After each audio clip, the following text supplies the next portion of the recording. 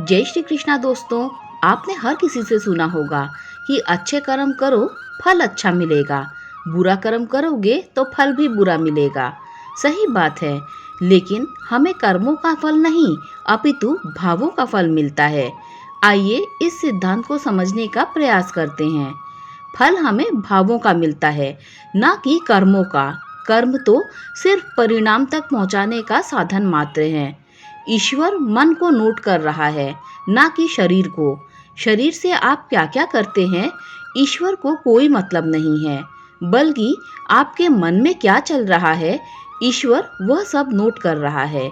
शरीर तो वही करेगा जैसा मन उसे चलाएगा।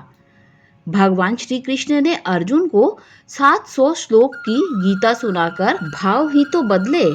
कहाँ वह कह रहा था कि ब्रह्म हत्या का पाप लगेगा, और पूरी गीता ध्यान से सुनने के बाद नष्टो मोह स्मृतिर्लब्धा, मेरा मोह नष्ट हो गया, अब मैं युद्ध करूंगा। कहाँ उसे अपने पूर्व भावों की वजह से ब्रह्म हत्या का पाप लगता, परंतु अब तो धर्म की रक्षा का पुण्य मिलेगा, और मिला भी, क्योंकि भाव बदल गए तो परिणाम बदल गए, लेकिन कर्म वही रहा। अगर कोई बीच सड़क पर लोगों पर लाठी चलाएगा तो क्या होगा? शायद पुलिस पकड़ ले जाए, शायद एक दिन जेल में भी डाल दे। पर अगर यही काम कोई पुलिस वाला करे तो उसे जेल में नहीं डालेंगे, बल्कि मेडल से नवाजा जाएगा। अब कर्म तो एक ही क्रिया लाठीचार्ज का है, पर एक को मेडल और एक को जेल, क्योंकि कर्म के पीछे भाव अलग अलग थे। एक का भाव हिंसा को कम करने का था और दूसरे का हिंसा फैलाना।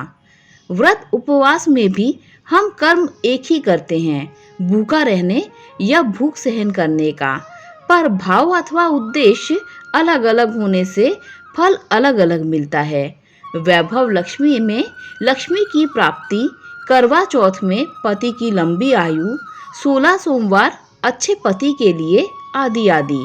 सभी व्रतों में कर्म एक ही है, भूखा रहने का, पर भाव अलग अलग होने के कारण फल अलग अलग मिलता है। कर्म तो फल तक पहुंचने का एकमात्र साधन है। भिखारी को खाना ना मिले तो 2-3 दिन तक भूखा रहता है, उसे तो किसी फल की प्राप्ति नहीं होती, क्योंकि उसके भूखे रहने के पीछे कोई भाव नहीं है। इस प्रकार अलग अलग भाव होने से फल भी अलग अलग मिलता है, चाहे कर्म समान क्यों ना हो। दोस्तों, अगर आपको ये वीडियो अच्छी लगी हो तो लाइक शेयर सब्सक्राइब कीजिए। Thanks for watching this video.